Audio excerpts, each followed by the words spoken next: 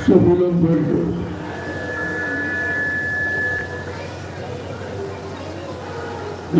जब कभी ऐसे अवसर हमें आपको अपने मानव जीवन में मिला करें तो हम सब जीवों को सोचना चाहिए हमें समय पर हरी और गुरु की कृपा हो। बिना परमात्मा की कृपा के संत महात्मा भी बगैर सत्यों की दया के इन जीवात्माओं का उद्धार हुआ। ये दोनों चीजें सत्य और समय से आपको दोनों चीजें मिली, लेकिन आपने उसकी कदर नहीं। किसी पुण्य कर्म के कारण संत महापुरुषों के दर पर आप पहुंच गए, लेकिन आपने उसकी कदर नहीं की, उनको जाना माना पहचाना नहीं। ये जीवन का कितना बड़ा धोखा, और ये धोखे की पूर्ति रुपए पैसे धन दौलत सामान से आप नहीं कर सकते, क्योंकि सदगुरु दयाल की दया ये रुपए पैसे से मोल नहीं मिलती। जब उनकी मौज मर्जी हम सब कलयुग के जीवों पर हो जाती है तो अपनी दया की बरसात कर देते। अब यह है उनकी दया की बरसात में कितने जीव टिक पाते, कितने छोड़ के भाग जाते। इसको कहते हैं छटनी और कटनी। बहुत पहले एक इशारा किया गया था, बच्चे आगे मेरी संगत बहुत बढ़ेगी, इतनी बढ़ेगी जैसे नदी में बाढ़ आती, फिर छटनी होगी और कटनी होगी। जो बचनों को, इशारों को, वादों को नहीं समझ पाए तो कुदरत चटनी भी करेगी। ये सब आपके सामने हो रहा है, लेकिन आप समझ नहीं पा रहे हो, क्योंकि आपके पास सत्संग का कोई वचन नहीं, गुरु का कोई वचन नहीं है। जो गुरु ने 10 जुलाई 1952 से और 2012 आपको सुनाया, ये कितना लंबा समय सुनाने, समझाने का, सिखाने का, जगाने का, पूरे हिंदुस्तान में घूम घूम कर। हिंदुस्तान का कोई प्रांत, कोई जिला, तहसील, ब्लॉक, शहर, कस्बा, गली, गांव कुछ छोड़ा नहीं जहाँ पर यह जानकारी न दी हो, परिवर्तन की, समय के जगह नाम की और काम की। ये सब जानकारी सबको दी गई, लेकिन लोगों ने संतों के वचनों पर विश्वास नहीं किया, न उन पर विश्वास किया, न उन वचनों को ध्यान में रखा। वो समय खराब आने का यही कारण। जब तुम अच्छे सच्चे बात को भूल जाओगे, अच्छे सच्चे वचनों को भूल जाओगे जो तुमको हर तरफ लाभ देने वाले, तो आपत्ति, मुसीबत, बीमारी, महामारी, लड़ाई झगड़े का समय आ जाएगा। ये समय जब ही आता जब हम आप संत महापुरुषों के वचनों को भूल जाते, क्योंकि उनके वचन आपको हर तरफ से बचाने का काम करेंगे, चाहे भौतिक दृष्टिकोण हो, चाहे आध्यात्मिक। चाहे पारिवारिक जीवन, सामाजिक जीवन, व्यवहारिक जीवन, आपको हर तरफ से बचाने का काम करते हैं और समय के पहले जानकारी देते, ताकि लोग ये न कहे कि पहले क्यों नहीं बताया। तो ये प्रचार प्रसार हिंदुस्तान में 10 जुलाई 1952 से हो रहा। तो कितना समय आज निकल गया, 70 वर्ष का। 70 वर्ष जिस महापुरुष ने आपको सुनाया, समझाया, खराब समय की जानकारी दी कि ऐसा खराब समय आ रहा, मुल्क के मुल्क साफ हो जाएगा, इतनी जनहानि होगी, इतने मकान खाली पड़े रहेंगे, कोई रहने वाला दिखाई नहीं देगा। जो आज आप 1-1 इंच जमीन पे झगड़ा करो क्योंकि तुमको आगे अगर भविष्य की जानकारी हो जाए तो आप ये काम कभी नहीं करो। और भविष्य की जानकारी और किसी की वह नहीं। संत महात्मा त्रिकालदर्शी होते, भूत भविष्य वर्तमान के जानने वाले, और तभी आपको वो जानकारी आगे से आगे आपको देते रहते, बताते रहते। जो चेत जाते, जाग जाते, आपको बचा लेते, बाकी सब मारे जाते हैं। बड़े बड़े लोगों का इतिहास है कि जो समय की सच्ची अच्छी नेक भली बात को नहीं माने, उनका विनाश हो गया। आप सतयुग से लेकर और द्वापर तक, अब ये कलयुग आ गया। हर युग का इतिहास उठाकर देखिए कि मारे कौन गए, विनाश किनका हुआ, जिन्होंने समय की अच्छी नेक भली बात को नहीं माना। सतयुग में हिरण्यकश्यप राजा था, उसने अपने भक्त बेटे प्रहलाद की अच्छी नेक भली बात को नहीं माना तो मारा गया। त्रेता का इतिहास बता रहा है कि रावण जो इतना बड़ा ज्ञानी था, 4 वेद 6 7 18 पुराणों का ज्ञाता था, उत्तम कुल पुलस्त कर नाती, शिव विरंच पूजो भांति, इतना कुलीन ब्राह्मण पुलस्त ऋषि के परिवार का, जिसने अपनी अखंड तपस्या आराधना साधना से ब्रह्मा विष्णु महादेव को बस में कर दिया, लेकिन समय के जगाए नाम की महिमा को नहीं मान पाया, नहीं समझ पाया, नहीं विश्वास कर पाया। जो ऋषि मुनियों ने राम नाम दिखाया था उस पर उसका विश्वास नहीं था। वो कहता था ये राम नाम भी भगवान का नाम नहीं और ये राम भी भगवान नहीं। बस इसी शंका में सोने की लंका चली, वो शंका में सोने की लंका चली। और द्वापर का इतिहास बता रहा भगवान कृष्ण की बात। उस समय के महाराजा कंस ने नहीं माना और यदुवंशियों ने नहीं माना। कितना समझाया, प्रयास किया, समझाने समझाने में गीता का चयन हो गया, लेकिन फिर भी लोग उस बात को नहीं मान पाए। उन्होंने कहा रे भाई धर्म कर्म पर आ जाओ, मानवता इंसानियत में आ जाओ, प्रेम प्यार मोहब्बत सेवा दया सदाचार परमात्मा की यादगार करने लगो, माँ बहन बेटी बहू की परख पहचान करने लगो, तो तुम मुसीबत आपत्ति जो आ रही उससे तुम बच जाओगे। लेकिन किसी ने इस बात को मानने को तैयार नहीं हुआ, कोई भी। तो मजबूरन उनको 18 दिन का एक लीला और खेल चमत्कार करना पड़ा, जिसपे 56 करोड़ यदुवंशियों का सफाया हो गया और महाराजा कंस भी मारा गया। ये इतिहास सब जानकारी दे रहे हैं। जब आप सच्ची अच्छी बात, धर्म कर्म की बात समय की नहीं मानोगे तो उनका विनाश हुआ है और आज भी विनाश होगा, इसे कोई रोक नहीं सकता। ये तो 3 युगों का इतिहास और ये कलयुग जिसमें हम आप बैठे हो, इसका भी इतिहास संतों ने पहले लिख दिया। संत गोस्वामी जी महाराज ने रामचरितमानस के माध्यम से उत्तरकांड में सारी जानकारी दे दी कि अगर कलयुग का जीव किसकी बात नहीं मानेगा। क्या लिखा साफ साफ, उन्होंने साफ साफ वचन लिखा है कि साधु आज्ञा का फल ऐसा, जगह जलय नगर अनाथ कर जैसा। जो साधु संत महात्माओं की आज्ञा का उल्लंघन करेगा वो परिवार, समाज, देश, राष्ट्र, मुल्क, जातियां जल के राख हो जाए। कलयुग का इतिहास तो संतों ने पहले से आपके सामने हिदायतनामा, हुक्मनामा लिख के तैयार कर दिया। अब नहीं मानोगे तो समय आपके सामने आ गया।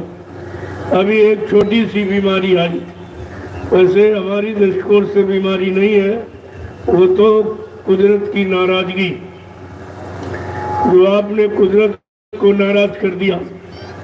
मार काट, हिंसा, चोरी, कत्लेआम, व्यभिचार, कुचार, झूठ, छल, कपट, बेईमानी करके धोखाधड़ी, ये जो आपने किया है, इससे कुदरत सख्त नाराज और अब वो कुछ करना चाहती। तो बाबा जी ने क्या आपको बताया था कि कुदरत की नाराजगी को तुम मिटा नहीं सकते हो। कुदरत की नाराजगी केवल संत महात्मा जानते हैं, वो तो मिटा देंगे, बाकी कोई नहीं मिटा पाएगा। ये सब जानकारी रखनी चाहिए थी, लेकिन सब भुला दिया। कोई जानकारी आपके पास अच्छी सच्ची नहीं रही, तब ये समय खराब आ गया। खराब समय ऐसे नहीं आता। खराब समय के लिए आपको पहले से जानकारी दे रखी कि जब जब होए धर्म की हानि, बाढ़े असुर अधम अभिमानी, तब तब प्रभु धर्म मनुष्य शरीरा, हरे कृपा निसर्जन पीरा। एकदम स्पष्ट दे दिया है, जब धर्म की हानि हो जाएगी, मानवता, इंसानियत, प्रेम, प्यार, मोहब्बत, सेवा, दया, सदाचार, परमात्मा की यादगार इंसानों के दिल दिमाग से चली जाएगी, मानव के मन मस्तिष्क से माँ बहन बेटी बहू की परख पहचान चली जाएगी, तो कहते हैं खराब समय आ जाएगा। आज खराब समय आने का कारण यही है कि आपने वो सब चीज को भुला दिया जो तुम्हारे लाभ की थी। केवल वाणी में रह गया, केवल वाणी से उच्चारण करते हैं, लेकिन करने में कुछ, जो सुनाते समझाते वो भी नहीं करते। उनके भी बस की बात नहीं है कि कोई अच्छा कर्म करे, यानी मानवता, इंसानियत, प्रेम, प्यार, मोहब्बत उनमें आए, माँ बहन बेटी बहू की परख पहचान उनमें आए, परमात्मा की यादगार सही तरीके से करे। कहाँ की जाती, कैसे जाती है, यादगार तौर तरीका कौन बताएगा, ये उनको बिल्कुल ही जानकारी नहीं। सब मनमुख हो गए, गुरुमुख कोई नहीं रहा। अगर गुरुमुख होते तो आप पर ये आपत्ति मुसीबत नहीं आती। सब मनमुख हो गए, जिसके मन में आ रहा वो कह रहा और सुना रहा, लेकिन स्वयं कुछ नहीं कर रहा। अगर स्वयं करता होता तो कहने की जरूरत नहीं पड़ती। अब ये सुनाते सुनाते कितना समय खराब आ गया। तुमने कितनी पूजा पाठ की, लेकिन कुछ हुआ? कोई लाभ आपको मिला? कोई बीमारी आपकी कम हुई? कोई लड़ाई झगड़ा कम हुआ? कोई मारकाट हिंसा कम हुई? कोई चोरी डकैती कर बलात्कार कम हुआ? कोई झूठ छल कपट बेईमानी कम हुई? इससे और ज्यादा बढ़ गई। फिर पूजा का मतलब क्या हुआ?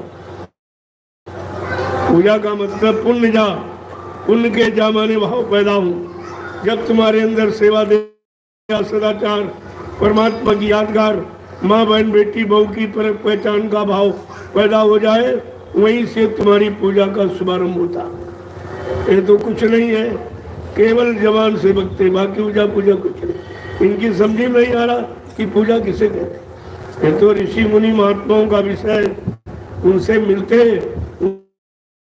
उनसे पूछते, वो जानकार मिल जाते कि पूजा का मतलब क्या, तब तुम्हें पूजा का लाभ मिलता।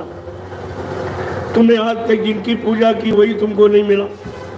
न देवी मिली, न देवता मिला, न भगवान मिला, न खुदा मिला, न गाड मिला, न सच्चा गुरु मिला। तो पूजा करने का मतलब क्या? अरे भाई, जिसको बुलाओ, अगर वो न बोले तो अब तुम्हारा बुलाना व्यर्थ माना जाता। या तो तुम नाम सही नहीं जानते हो, तुम गलत नाम से बुला रहे हो, वो उसका नाम ही नहीं तो कभी नहीं बोलेगा। पास में खड़ा फिर भी नहीं बोलेगा, क्योंकि जानता पता नहीं किसको बुला। इसलिए पहले नाम की जानकारी करो। जब नाम की जानकारी हो जाएगी, जब नाम से पुकारोगे तो जरूर मिलेगा, जरूर तुम्हारा काम करेगा, तुम्हारे पर दया करेगा। लेकिन जब तक नाम के जानकार नहीं मिलेंगे तो आपको नाम नहीं मिलेगा। गोस्वामी जी महाराज ने रामचरितमानस के उत्तरकांड में कलयुग के जीवों के लिए स्पष्ट बता दिया, कोटि नाम संसार में तासे मुक्ति न होए, आदि नाम जो गुप्त जब बूझे बिरला को। ये तो साफ साफ बयान कर दिया भाई आदि नाम कौन है, जो आदि काल से यहाँ रहा, वो नाम है गुरु। गुरु सतयुग में भी, त्रेता में भी, द्वापर में भी, आज कलयुग में भी। क्योंकि गुरु आप देख के करते हो, बाकी आपने किसी को नहीं देखा, न देवी देखी, न देवता देखा, न भगवान देखा, न खुदा देखा, न गाढ़ देखा। ये तो आपने देखा ही नहीं, ये तो आपको केवल बताया गया, कहीं पत्थर का, कहीं कागज कैलेंडर का बता दिया गया, उसी में आप लग गए। लेकिन सच्चा यानी सच्चाई की जानकारी आपको नहीं मिली। जब तक वो मिलेगा नहीं तो तुम्हारी फरियाद कौन सुने? ऐसे तुम ना मचाते रहो, पत्थर को सुना रहे हो, कहीं कागज कैलेंडर को सुना रहे हो, कहीं पानी को सुना रहे हो। ये तीनों जड़ हैं। जड़ कभी नहीं सुनेगा, जब सुनेगा तो चेतन सुनेगा। जैसे मुर्दा कभी नहीं सुनेगा, जब सुनेगा तो जिंदा सुनेगा। यहाँ इसकी अभी तक कोई जानकारी नहीं हुई, जबकि कोरोना काल में कुदरत ने पूरी जानकारी आपको दी कि आपके मंदिर, मस्जिद, गिरजाघर, गुरुद्वारे और धर्म स्थलों में ताला लगवा दिया गया। ये ऐसा क्यों किया गया? ये तो विचार करना चाहिए, भाई ऐसा क्यों किया गया? ऐसा तो किसी राजा ने, किसी बादशाह ने, किसी सम्राट ने जो यहाँ शासन करने आया, ये काम किसी ने नहीं किया कि धर्म स्थलों को बंद करा दिया। देखो मुसलमानों का राज रहा, लेकिन उन्होंने मंदिरों को नहीं छेड़ा, किसी देवी देवता को नहीं छेड़ा, न किसी की निंदा रचना बुराई किया, सबको माना। और ये धर्मनिरपेक्ष राज्य देश है, यहाँ हर धर्म को प्राथमिकता दी गई और सब अपने अपने धर्म को यानी करने में स्वतंत्र हैं, अपनी अपनी पूजा पाठ करने में, अपनी देवी देवताओं को मनाने में सब स्वतंत्र हैं। लेकिन बात यह है कि देवी देवता आपको मिलेगा, किसको बनाओगे? अगर किसी व्यक्ति का फोटो मिल जाए तो फोटो से उस व्यक्ति को पाया जा सकता, या उसको प्रसन्न किया जा सकता, या उसको कुछ दिया जा सकता, या कुछ तुम्हें कोई आशीर्वाद, कोई वरदान वो दे सकता। इतनी तो जानकारी लोगों को रखनी चाहिए, लेकिन ये भी जानकारी नहीं, केवल हल्ला मचाना सीख गए हैं और कुछ नहीं जाने। और हल्ला में अल्लाह कभी मिलेगा नहीं। कितना हल्ला मचा, देखो आज भी मना ये हल्ला मचा रहे, इनको किसी को मिला? इनसे पूछो कितने दिनों से तुम यहाँ हल्ला मचा रहे हो, और जिसके नाम का हल्ला मचा रहे हो वो आज तक तुमको नहीं मिला। जब तक मिलेगा नहीं तब तक तुम्हारी कोई नहीं सुनेगा। तुम्हारा हल्ला मचा रहे व्यर्थ, कम से कम उसकी जानकारी करो कि वो मिलेगा कैसे। जब वो मिल जाए तब आप उससे प्रार्थना करो, उससे पुकार लगाओ और गुहार लगाओ, अपनी फरियाद करो, अपने दुख तकलीफ को कहो, वो तुम्हारी सब सुनेगी। लेकिन इस तरह से कुछ नहीं। ये हिंदुस्तान में यही हो रहा। धर्मशास्त्रों ने ये जो बहुत समझाया, ये सब उनकी भी नहीं। ये इतने जिद्दी है कि धर्मशास्त्रों की बात को नहीं माने। धर्मशास्त्रों ने साफ साफ कहा, न हम बस्सामि वैकुंठे योगिना हृदय नचा मम भक्त्वा यत्र गायन्ति तत्र तिष्ठामि नारदा। भगवान ने कहा, हे नारद, तुम जहां हमको खोज रहे हो, ढूंढ रहे हो, मैं वहां कभी नहीं रहा। और न राज हूं, न मैं पत्थर में, न कागज कैलेंडर में, न मंदिर में, न मस्जिद में, न गिरजाघर गुरुद्वारों में। मैं तो तुम्हारे सबके अंदर आत्मा रूप में बैठा हूँ, सबके अंदर बैठा हूँ, बाहर कहीं नहीं, सबके अंदर बैठा हूँ। और अंदर की खोज आपने की नहीं। अंदर के जानकार संत महात्मा, उनसे आप मिले नहीं, उनसे आपने पूछा नहीं, तो ऐसे जीवन चला जाएगा। कितने यहाँ हल्ला मचाते मर गए और कितने मर जाएंगे, मिलेगा किसी को नहीं। ये तो ईंट पत्थर का, ये तुम्हें कुछ नहीं देगा, इसके पास कुछ है ही नहीं। देने वाला तो चेतन होता, मुर्दा थोड़ी होता। और ये जड़ से प्रार्थना कर रहे और जड़ के सामने रो रहे, जड़ के सामने चिल्ला रहे, लेकिन जड़ कभी सुनने वाला है नहीं, क्योंकि उसमें प्राण नहीं है, उनमें जीवात्मा नहीं है। जिसमें जीवात्मा होगी वो बोलेगा, वो सुनेगा, वो कुछ कहेगा, वो तुम्हारी फरियाद, तुम्हारी प्रार्थना को सबको मानेगा। लेकिन बात यह है कि करते करते बहुत समय निकल गया, अब इनकी बन गई आदत, ये हैबिचुअली हो गए, आदती। जैसे शराब पीने की आदत हो जाती, शराबी से कितना तुमको समझाओ लेकिन नहीं, बगैर पिए वो मानेगा। ऐसे ही लोगों पर ये पत्थर का, कागज कैलेंडर का, ये जड़ का नशा चढ़ गया। अरे रोज ये हल्ला मचाते हो, आज जरा ये सुन लेते, इनको सुन लेते, ये क्या हो रहा, इसकी इनको जरूरत नहीं है, इनको अपने हल्ला मचाने की बस मतलब। तो ऐसे जिंदगी में मचाते रहो, कुछ ना हुआ ना कुछ होगा, न कोई मिलेगा। तुम श्रम समय पूंजी कितनी बर्बाद खर्च कर दो, लेकिन कोई मिलने वाला नहीं। और किसी को मिला दे तो कोई बता दे, कोई मंडा पुजारी, कोई मुल्ला मौलवी, कोई ग्रंथी पादरी ये बता दे कि हमको मिला। तो आपको तो सोचना चाहिए, पहले लोग पढ़े लिखे नहीं थे, तब तो चलो जड़ पूजा में लगे थे, लेकिन आज पढ़े लिखे उससे ज्यादा जड़ पूजा में। इनको भी जड़ चेतन का ज्ञान नहीं कि जड़ किसे कहते, चेतन किसे कहते, जिंदा किसे कहते, मुर्दा किसे कहते, कौन काम करता है, कौन काम नहीं करता है। अगर यही जानकारी हो जाए तो अब तक इनकी ये प्रार्थना ये सब सफल हो जाए, कुछ नहीं। और रोज चिल्लाते, एक दिन हो, 2 दिन हो, 3 दिन हो, 4 दिन हो, किसी को बुलाओ और न बोले तो आपको चिंता हो जाती, भाई ये क्यों नहीं बोला, हमसे क्यों नाराज है, हमारी क्या कमी, क्या गलती हो गई जो हमसे नाराज। फिर उसकी नाराजगी का पता लगाया जाता। इनसे पूछो, इन्होंने पता लगाया, इनको अता पता से मतलब ही नहीं, इनको केवल हल्ला मचाने से मतलब। रोज की आदत बना ली, चलो इतने टाइम हल्ला मचाएंगे, और मचा के चले गए, फिर मचाए फिर चले गए। लेकिन ये नहीं सोचा कि भाई जो हल्ला मचाए इसका मतलब क्या है, इससे लाभ क्या मिलेगा।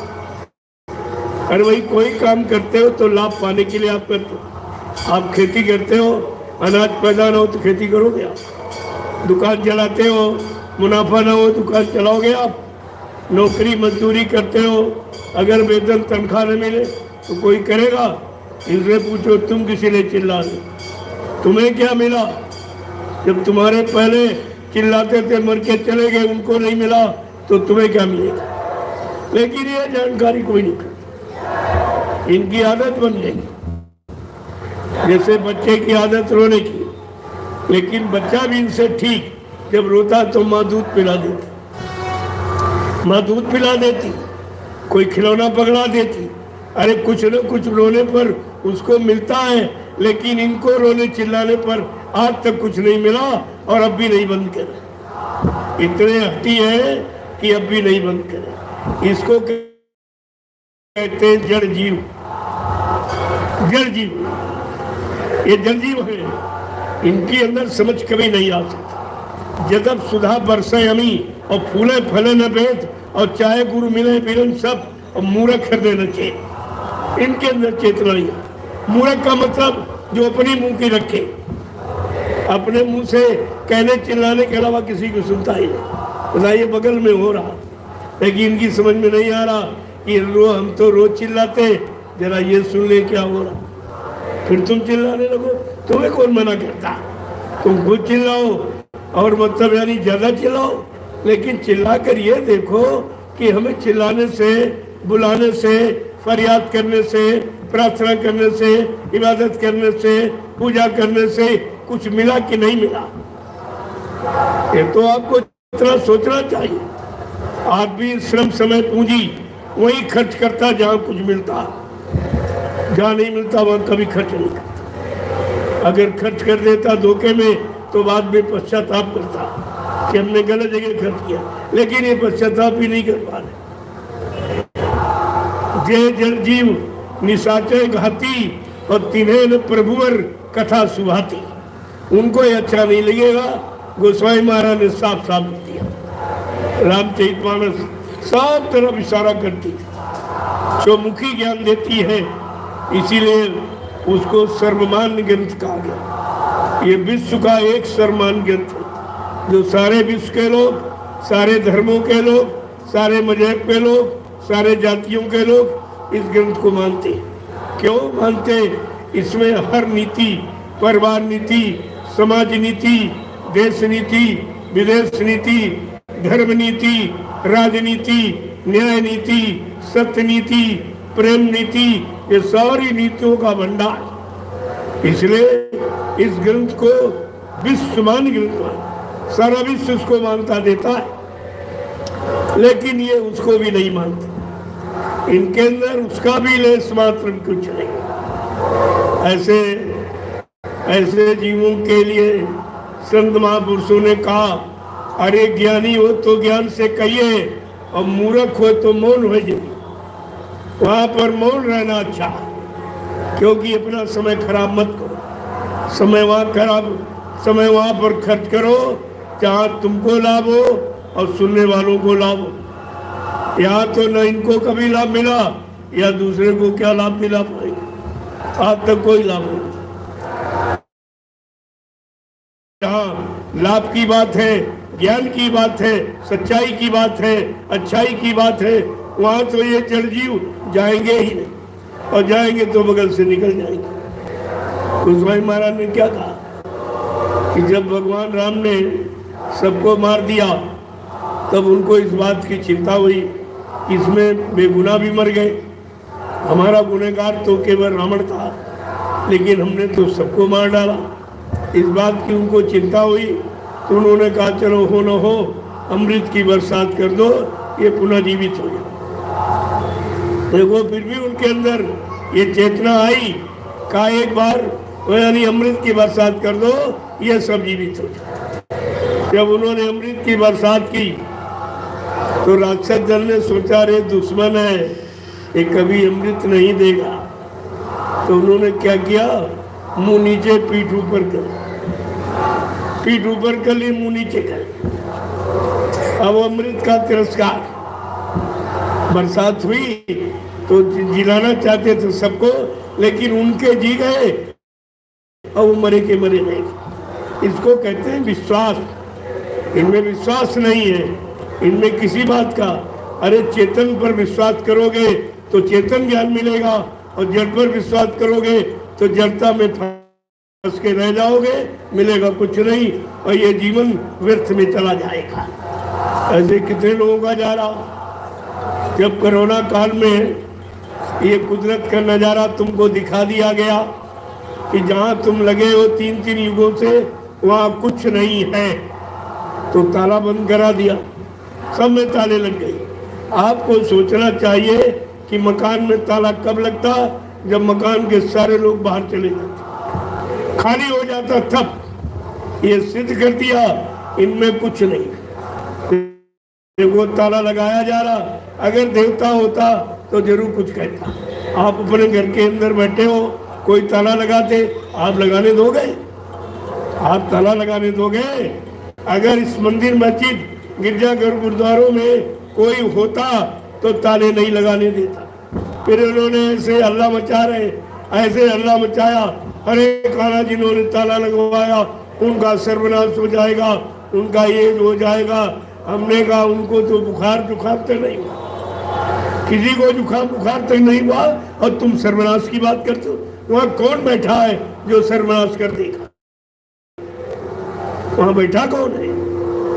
लेकिन ये बात समझ में नहीं आई। इतना बड़ा काम कर दिया गया जो किसी युग में किसी शासक ने नहीं किया, कि मंदिर, मस्जिद, गिरजाघर, गुरुद्वारों, धर्मस्थलों में कभी ताला नहीं लगाया गया। ये भी सिद्ध कर दिया गया, और तब भी इनकी समझ में नहीं आ रहा। अगर यहाँ कुछ होता तो जरूर कुछ न कुछ हो जाता, लेकिन कुछ नहीं। जैसे ताले खुले फिर अपना काम शुरू कर दिया। तो ये है जग अंधा पुण्य अंधा, ताते मच गई आधा धुंधा।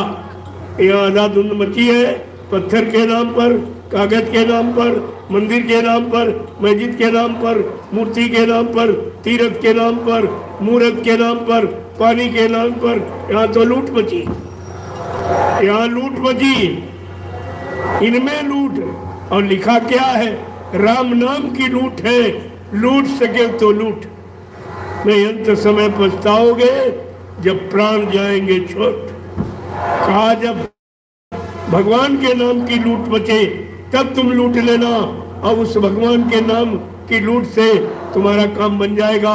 नहीं तो एक दिन प्राण आपको छोड़ने पड़ेंगे, और प्राण तो छूट जाएगा और सामान छूट जाएगा, लेकिन मिलेगा आपको कुछ। ये जानकारी लोगों को रखनी चाहिए थी, लेकिन जानकारी कुछ जानकारी नहीं, किसी तरह की जानकारी नहीं। एक तो कुछ जानते नहीं है, सच्ची अच्छी बात बताओ तो मानते नहीं। ये दो बीमारी और है, एक तो ये सच्ची अच्छी बात जानते ही नहीं, और दूसरी बात कोई अगर बताए कि चलो इनका कुछ काम हो जाए, इनको फायदा मिल जाए, इनका लाभ हो जाए, इनकी बीमारी चली जाए, परेशानी चली जाए, तो ये मानने को तैयार नहीं। अगर ये मान ले तो फिर विनाश किसका होगा? अब तो ये पापों का घड़ा भर गया, अब ये फूटेगा अवश्य। जब घड़ा फूटने का समय आता है तो उनकी बुद्धि कैसी होती?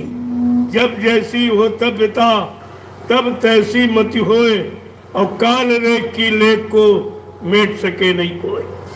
इसको कोई नहीं मेट सकता।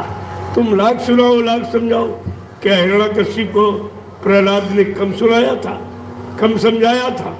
लेकिन एक भी बात नहीं मानी, और उल्टा उसको मार डालने का प्रयास किया। और उल्टा ये प्रयास, क्या त्रेता में विद्वान रावण को उसका भाई विभीषण ने कम समझाया था? हर तरह से, लेकिन समझाया कुछ नहीं, और उसको लात मार के और रात से बाहर निकाल दिया। ये इतिहास है। इसके बाद द्वापर में क्या भगवान कृष्ण ने कम समझाया था? अपने मामा कंस को या यदुवंशियों को कम समझाया था? यहाँ तक कहा, अरे यदुवंशियों, मैं तुम्हारी जात बिरादरी में आया हूँ, जात बिरादरी के नाते मेरी बात मान लो। तब यदुवंशी क्या कहता है? जा जा, जात का ग्वाला, गाय चराने वाला, माखन का चोर, तेरी बात मान लूंगा। ऐसे कट शब्द, अमर्यादित शब्दों का प्रयोग करके कृष्ण को बिल्कुल लाचार कर दिया। जब वो मजबूर हो गए, लाचार हो गए, अंततो गत्वा ये 18 दिन का एक नाटक खेल लीला, जिसे तुम महाभारत कहते हो, सबकी अकल ठिकाने हो गई, सब समाप्त हो गए, कुछ नहीं बचा। ये है न मानने वालों का इतिहास। और आप नहीं मानोगे तो आपका भी यही होगा। लेकिन उस विनाश लीला के पहले आपको सुनाया समझाया जाता, ताकि कोई ये न कहे कि हमको बताया नहीं गया था। अगर पहले बता देते, हम लोग जाग जाते, चेत जाते, हम अच्छी सच्ची बात मान लेते, हम धर्म कर्म में आ जाते, मानवता इंसानियत में आ जाते, प्रेम प्यार मोहब्बत सेवा दया सदाचार परमात्मा की यादगार करते रहते, और माँ बहन बेटी बहू की परख पहचान कर लेते। इसके लिए आपको समय के पहले जगाया जा रहा, ये जागृति का संदेश और सारे हिंदुस्तान में दिया जा रहा, हर समय दिया गया। उनके पहले, विनाश लीला के पहले आपको बचाने का काम सबने किया, और आज भी किया जा रहा। उस समय ऋषि मुनि थे, उन्होंने कहा तो नहीं माना उनकी बात। फिर योगी योगेश्वर आए, उन्होंने बताया, उनकी बात नहीं मानी। फिर अवतारी शक्तियाँ आई, उन्होंने बताया, उनकी बात नहीं मानी। आज कलयुग में संत महात्मा फकीर आए, आपको सच्ची अच्छी बात बता रहे, हर तरफ से बचाने का प्रयास कर रहे, लेकिन तुम्हारी तो पुरानी आदत न मानने की। तो लेकिन ये नहीं पढ़ा कि न मानने वालों का इतिहास क्या, उनकी दुर्गति क्या है, इस पर तो विचार करना चाहिए। तो महात्माओं ने हमेशा बचाने का काम किया, और आज भी किया। मानना न मानना तो तुम्हारा काम, उन्होंने कहा अरे भाई मानो न मानो ये खुशी आपकी है, हम मुसाफिर हैं, अभी अपने घर जाएंगे, हम तुम्हें मनाने थोड़ी आए। मनाएगी कुदरत, जिसका एक काम है।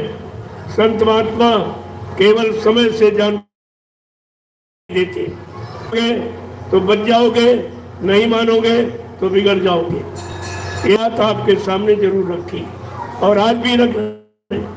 अभी मैंने काफिला निकाला, वो आपके इसी स्थान पर आया था। देखा हिंदुस्तान में ये काम कोई नहीं कर सकता, ये काम कोई नहीं कर सकता।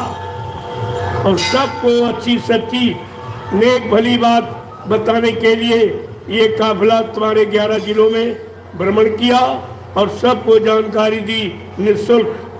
कोई दान दक्षिणा, कोई एवं सेवा, कोई रुपया पैसा सामान नहीं। ये काम आपके लिए किया गया जो हिंदुस्तान में न कोई कर रहा और न कोई कर सकेगा। ये कितना बड़ा काम आपके लाभ के। आप नहीं मानोगे तो तुम्हारा काम, हमारा काम मनाने का नहीं, हमारा काम बताने का है, जानकारी समय के पहले देने का है। जानकारी ले लोगे आपका भला हो जाएगा, और नहीं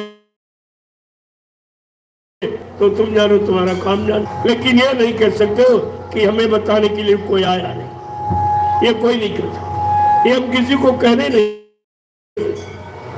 पूरे हिंदुस्तान में घूम घूम कर, ये काम मेरा नहीं है, ये काम इन पंडा पुजारियों का है, जो ये इन जीवों के यानी रुपए पैसे को ले रहे, दान दक्षिणा ले रहे, 2-3 रोटी ले रहे और रोटी खा रहे, इनका काम।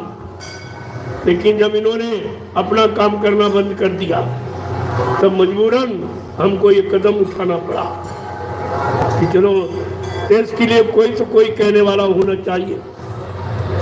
आप महाभारत देखते हो, कोई नहीं बोला उस समय अधर्म। जब अधर्म हो रहा था, पाप हो रहा था, और मतलब माँ बहन बेटी की को नंगा किया जा रहा था, उस समय कोई बोलने वाला था? भीष्म पितामह भी सभा में बैठा और सिर नीचे कर लिया, वो भी नहीं कह पाया। गुरु द्रोणाचार्य भी नहीं कह पाए, आचार्य भी नहीं कर पाए, लेकिन कोई कहने वाला था। वो कौन था? महात्मा विदुर। ये महात्माओं का काम है, किसी का काम कोई नहीं कह पाएगा। उसने कहा था ऐसे अधर्मी अन्यायी राजा के राज में मैं काम नहीं करूंगा। उसने इस्तीफा दे दिया, अंततः वही बचा और बाकी सब मारे गए, सब मारे गए, सबका विनाश हो गया। तो समय की अच्छी नेक भली बात को जो नहीं कहेगा तो कुदरत की तरफ से उसका विनाश हो जाएगा। ये तो सिद्धांत है, ये तो आपका इतिहास है जो बराबर आपको जानकारी देगा। भूतकाल के इतिहास को पढ़कर अगर वर्तमान में जो नहीं जागा, अपना नहीं सुधारा, तो वो भी उसी इतिहास में के समान वो भी चला जाएगा। ये सब जानकारी आपको कही। जय गुरुदेव, जय गुरुदेव, जय गुरुदेव, जय गुरुदेव। नाम किसका? जय गुरुदेव। नाम किसका? प्रभु का प्यारा नाम। अब आप लोग खड़े हो जाओ, खड़े हो जाओ सभी लोग।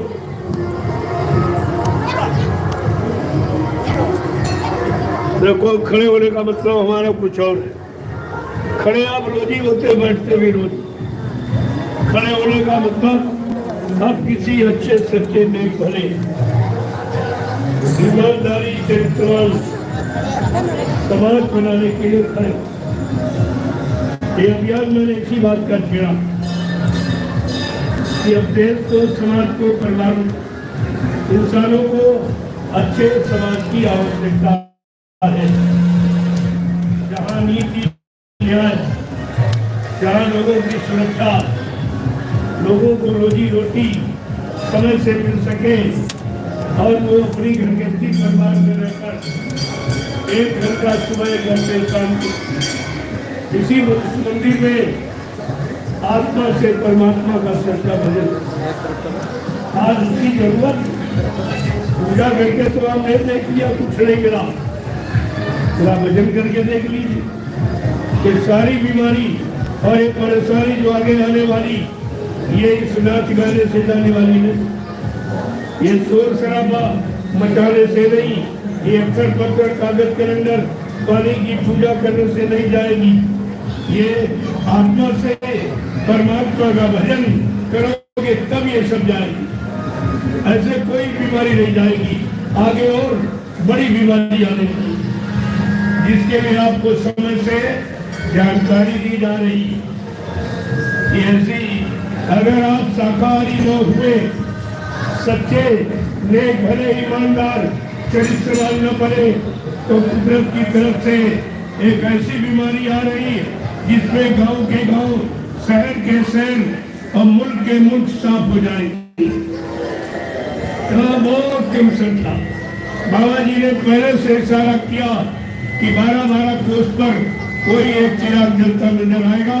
इतनी जनहानि हो जाएगी, इतने मकान खाली पड़े रहेंगे, और अभी आपकी समझ में नहीं आ रहा।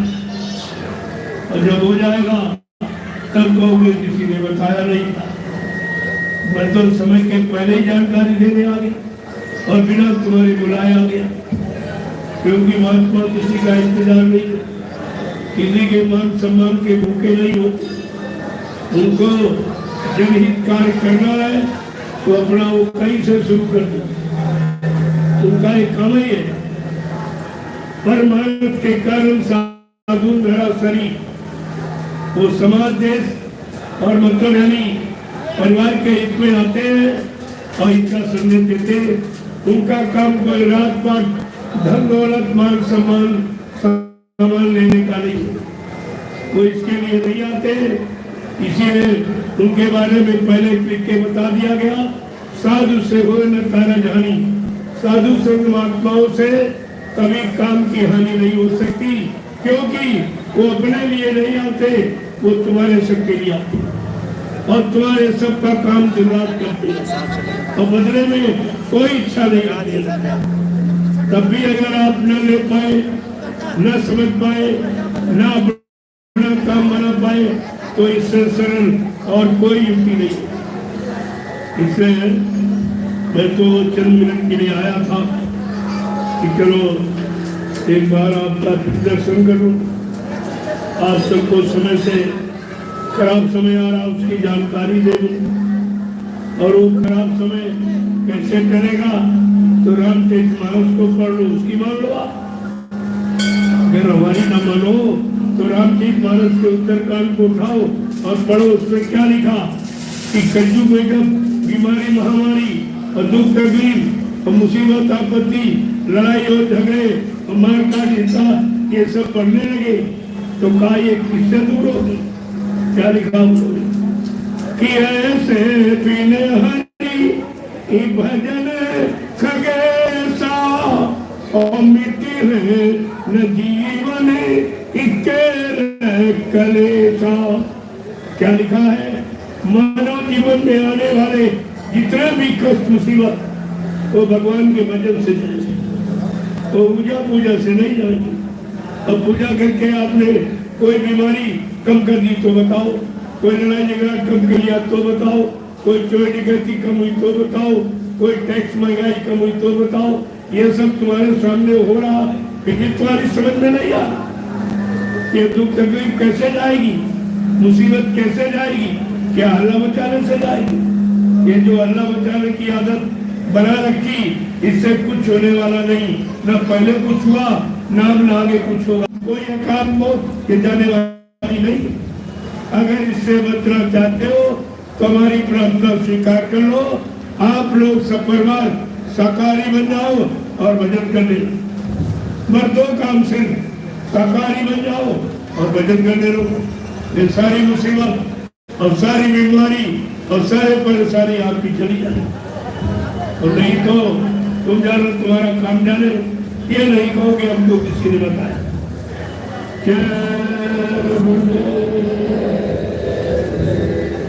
जय गुरुदेव।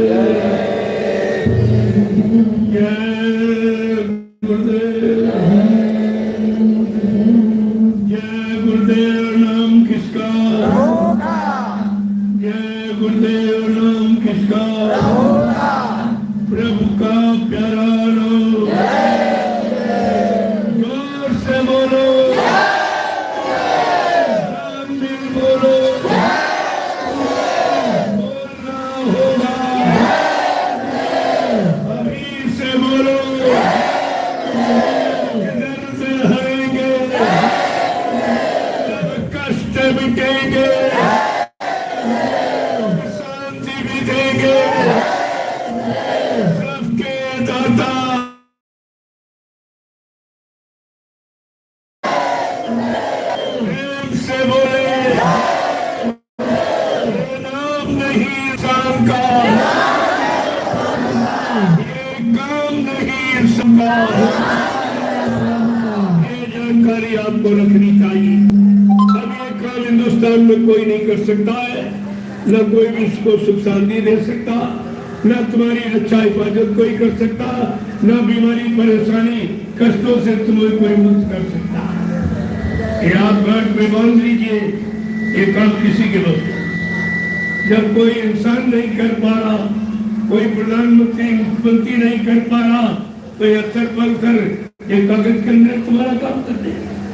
इतनी भी बुद्धि तुम्हारे में नहीं कि चेतन काम करता है, कि जड़ काम करता, जिंदा काम करता, कि मुर्दा काम। फालतू का अल्लाह बचाते रहे। इससे क्या हुआ? अभी तो कुछ हुआ है। कितने अल्लाह बचा के मर गए और कितने मर जाएंगे।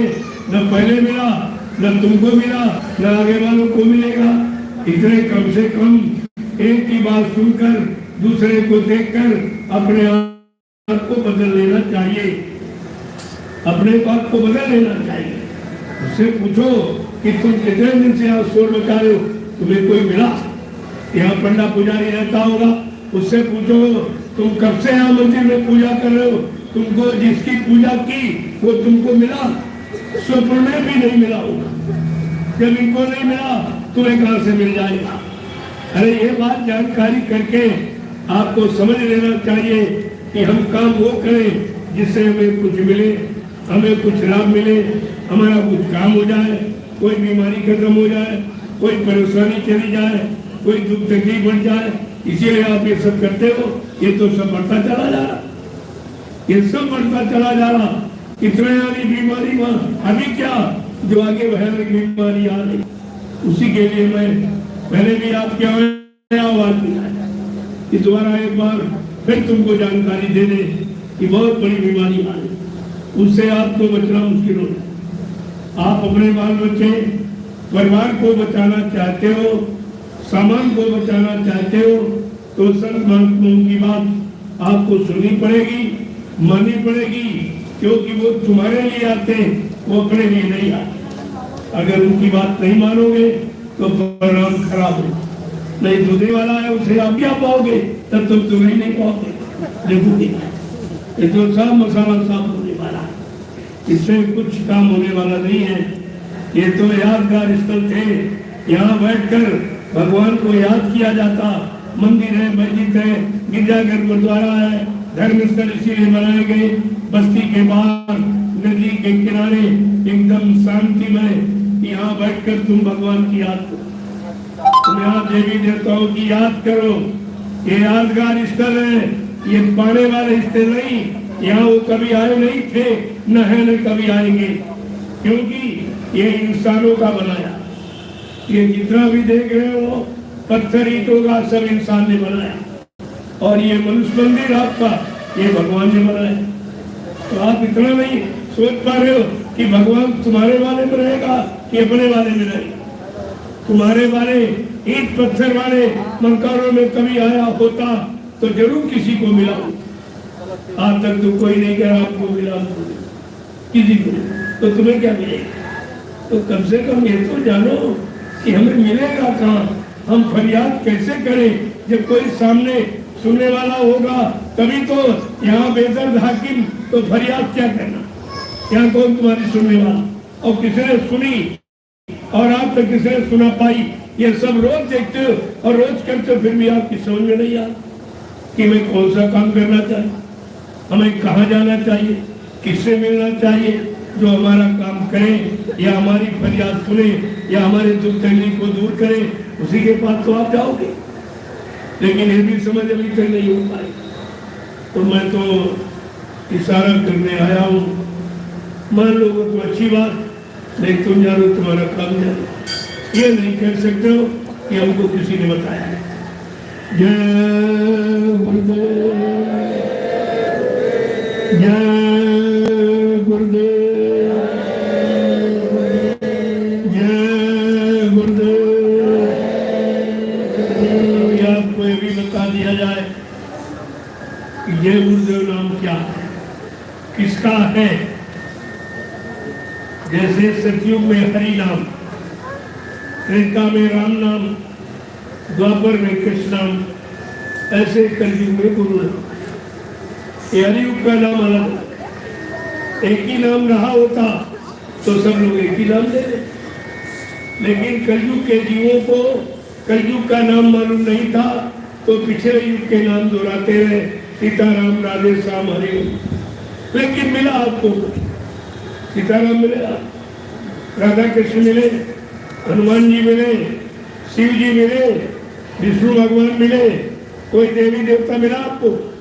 क्यों नहीं मिला? क्योंकि जहां तुम बुलाते वहां नहीं।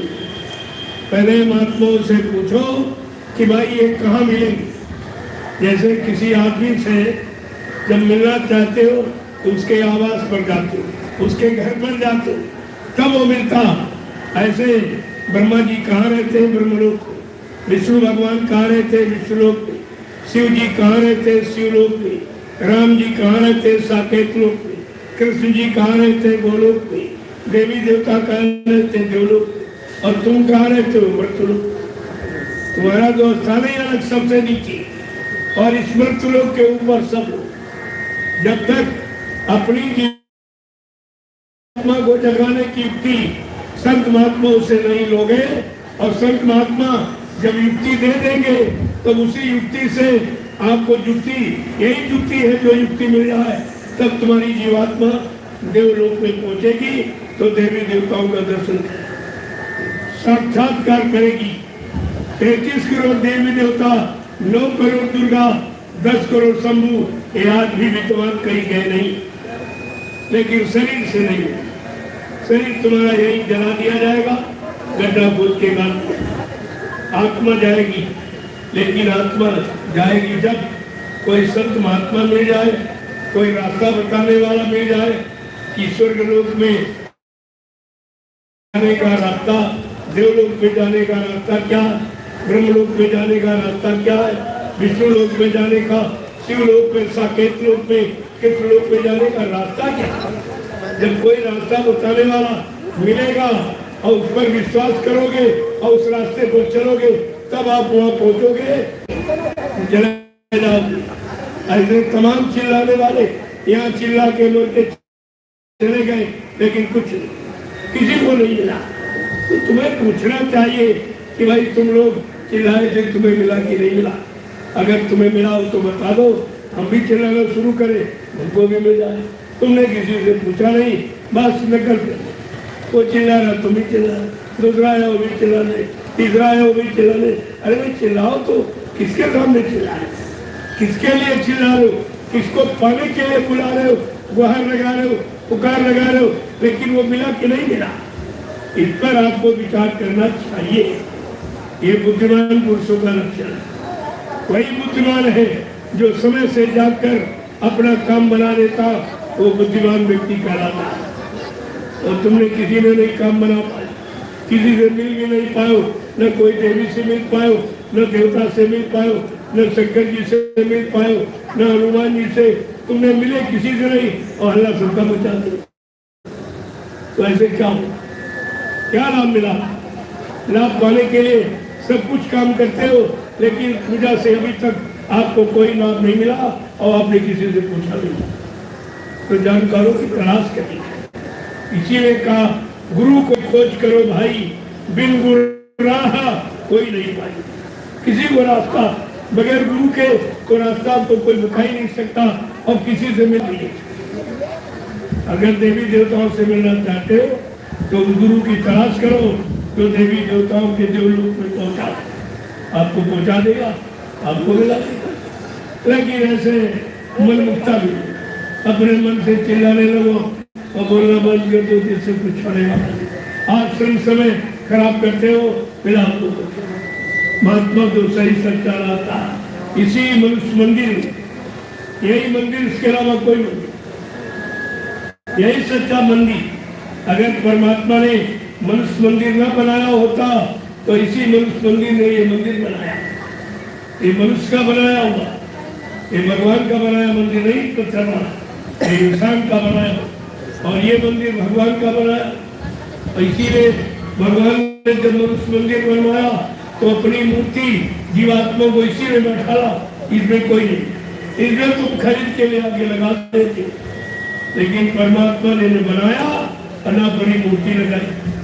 इतना भी आपकी यानी समझ में नहीं आया कि सच्ची मूर्ति कहाँ, तो बोलती हो, कुछ कहती हो, कुछ आशीर्वाद दे, कुछ वरदान दे, इस पर भी आपने विचार नहीं किया।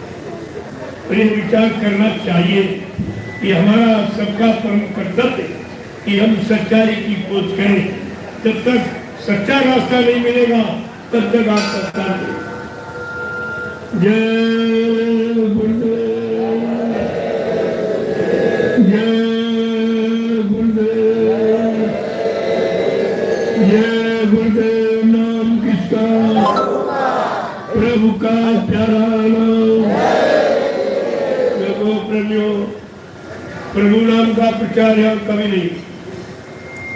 जब से सृष्टि बनी, इतिहास उठाकर आप देखिए, सतयुग में हरि नाम का प्रचार योगियों ने जगाया, त्रेता में ऋषि मुनियों ने राम नाम जगाया, उसका प्रचार, द्वापर में कृष्ण नाम जगाया गया, उसका प्रचार हुआ।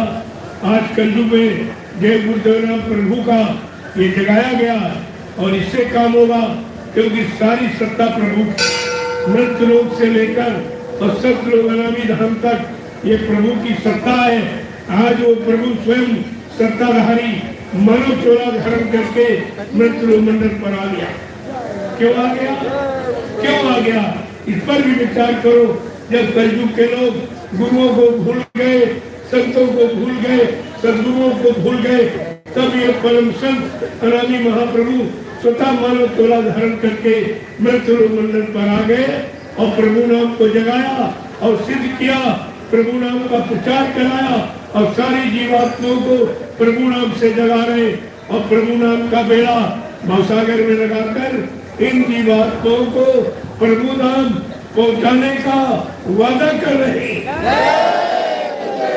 ये वादा किसी का नहीं। अगर आप सच्चाई और जानना चाहते हो, आप लोगों ने सीताराम कहा, लेकिन सीताराम मिले नहीं, और उन्होंने ये भी नहीं कहा कि जब तुम सीताराम नाम लोगे मैं तुमको मिलूंगा, मैं तुम्हारी मदद करूंगा, ऐसा वादा उन्होंने नहीं। कृष्ण नाम ने भी ये वादा नहीं किया, भगवान कृष्ण ने, कि जब कृष्ण नाम लोगे मैं तुमको मिलूंगा, मैं तुम्हारी मदद करूंगा, ये वादा उन्होंने न शंकर जी ने वादा किया न ये हनुमान ने। ये वादा केवल जय गुरुदेव नाम का।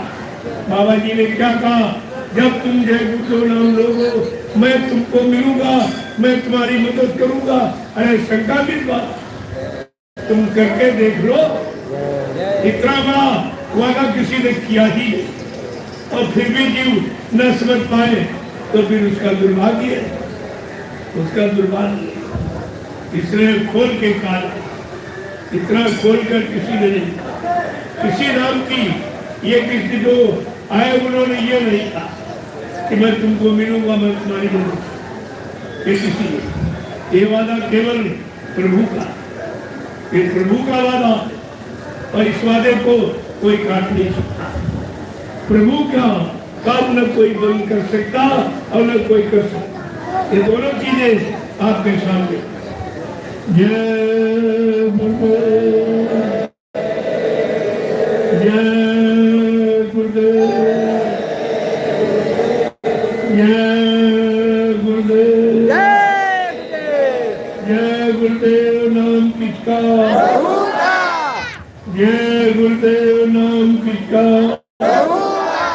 प्रभु का प्यारा नाम।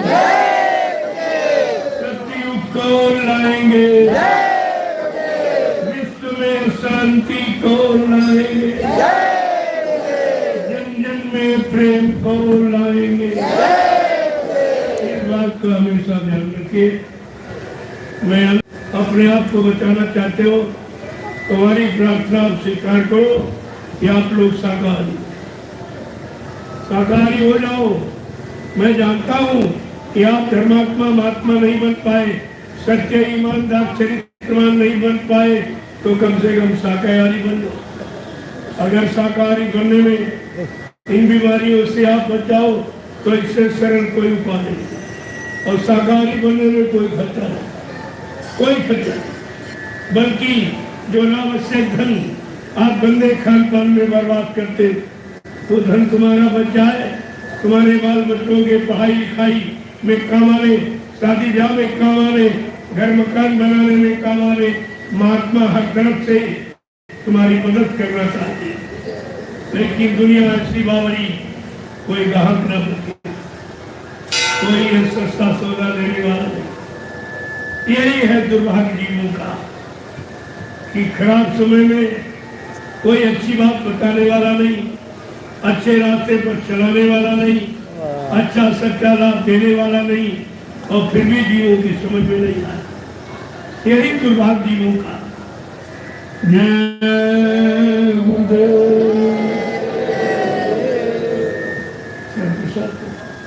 आप लोग प्रसाद देखो, ये प्रसाद वो प्रसाद नहीं है।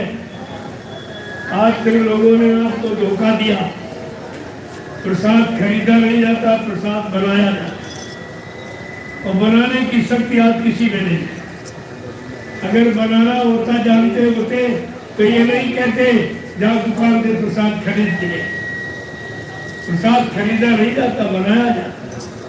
इलायची दाना, पेठा, बतासा ये खरीदे जाते और प्रसाद बनाया जाता। कौन बनाता है? जिसने प्रेम सदगुरु को खुश कर लिया, उनके हुक्म आदेश का पालन करके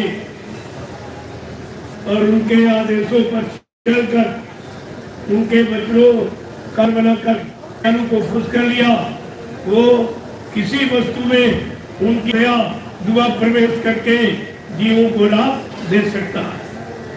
ऐसे प्रेमी होता है। इसलिए आज ये प्रसाद जो आपको दिया जा रहा है प्रवेश, जब कोई आपत्ति मुसीबत आवे, लेकिन इस बात का ध्यान रखना, जब शाकाहारी बन जाओगे तो ये लाभ पड़ेगा। जैसे डॉक्टर वैद्य हकीम कहता कि परहेज करोगे तो दवा लाभ पड़ेगी, इसमें परहेज है। अंडे, शराब, गोश्त, मांस, मछली से दूर, निंदा, आलोचना, बुराई, क्रिटिसाइज से दूर, दूसरे के धन, स्त्री और पति से दूर, ये परहेज है। अगर आप परहेज कर ले, मैं दावे के साथ इस धर्म स्थल पर कहे जा रहा हूँ, अगर आप लोग शाकाहारी हो जाओगे तो ये जय गुरुदेव नाम तुम्हारी हर वक्त हर मुसीबत पर तुम्हारी मदद करेगा। और इसमें आपको एक पैसा खर्च नहीं है। ये कोई दान दक्षिणा, ये धोती रोटी लंगोटी वाला नहीं होता है। ये वो काम यहाँ नहीं है। यहाँ दिया जाता, लिया नहीं जाता। महात्मा देते लेते नहीं, जो लेने लगेगा वो देगा क्या? देने वाला भिखारी और देने वाला दाता। तो तुम भिखारियों से उम्मीद करते हो कि हमें कुछ मिल जाएगा। अरे उसके बाद तो तुम्हें से क्यों देता? तुम इतनी पहचान नहीं कर पाए हो कि दाता किसे कहते हैं और भिखारी किसे। अगर ये पहचान हो जाती तो तुम सच्चाई को पा जाते, सब कुछ पा जाती। एक तुम्हारे में फिक्र नहीं, जो तुम्ही से मांग रहे, धोती रोटी लंगोटी, दान दक्षिणा, रुपया पैसा, सामान, और उनसे तुम फरियाद करते हो कि कुछ मिल जाएगा। उनके पास क्या है?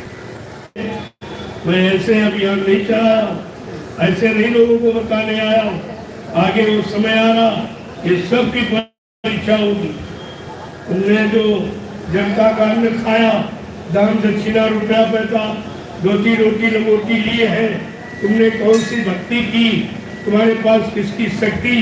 उस शक्ति से तुम जनता का भला कर सकते कर पाओगे तो आपको सजा मिलेगी। ये मत सोचो ये अंधेर अब खत्म, कब दिखाई पड़ी है, ये सब दिखाई पड़ेगा। तब इसमें कोई बिरला इस मंदिर में आएगा, सब हाथ जोड़ लेंगे दूर से, यहाँ कोई नहीं आएगा। क्योंकि अगर तुम्हारे अंदर सच्चाई नहीं, आप शाकाहारी, सदाचारी, ब्रह्मचारी नहीं हो तो इस मंदिर में प्रवेश नहीं कर सकते। ये सबके लिए शराबी कवानी पेड़ नहीं बना, लेकिन ये दान दक्षिणा के लालच में किसी से नहीं पूछते तुम शराब पी के पूजा करने आए हो या मांस श्रद्धा खा के या व्यवचार उपचार करके आओ, ये कोई नहीं पूछता, क्योंकि इनको केवल अपने स्वार्थ से मतलब। इन सब की परीक्षा का समय आ गया, चिंता मत करो, ये सब तुमको अपने कर्मों की सजा सबको मिलेगा। आपने 1 करोड़ महात्मा हिंदुस्तान में, और हिंदुस्तान की हालत, धर्म की ये हालत, मानवता की ये, इंसानियत की ये, प्रेम से मोहब्बत की है, ये सब खत्म हो गया। तो इनकी सबकी परीक्षा होगी, आप चिंता मत कीजिए, व्यवस्था बन गई है, भूमिका सब बन गई है, केवल लागू होना है। इसलिए लागू होने के पहले ये सबको एक बार जानकारी दे दी जाए कि तुम सचेत हो जाओ, तुम सतर्क हो जाओ, तुम चेत जाओ और जाग जाओ। अभी वक्त है गुनाहों से तू तौबा कर ले, फिर न कहना हमने सुना था पैगाम नहीं। अभी आपके लिए वक्त समझ जाओ, अच्छी बात है, तुम जानो तुम्हारा काम। जय गुरुदेव, आप सबको प्रसाद। देखो इतने लोगों से एक बार की नहीं मिला जा सकता, एक व्यवस्था बना दी गई है, तो आप लाइन से एक लाइन में महिलाएं खड़ी, मैं सबका दर्शन करूंगा, सबको प्रणाम करूंगा, और ये महाप्रसाद जो बीमारी को तकलीफ से बचने बचाने का, इसको आप जरूर लें। और ये सब काम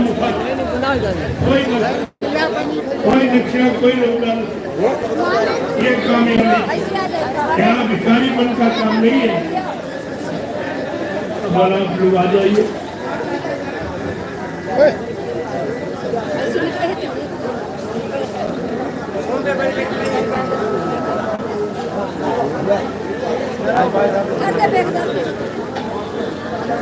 लाइन से कर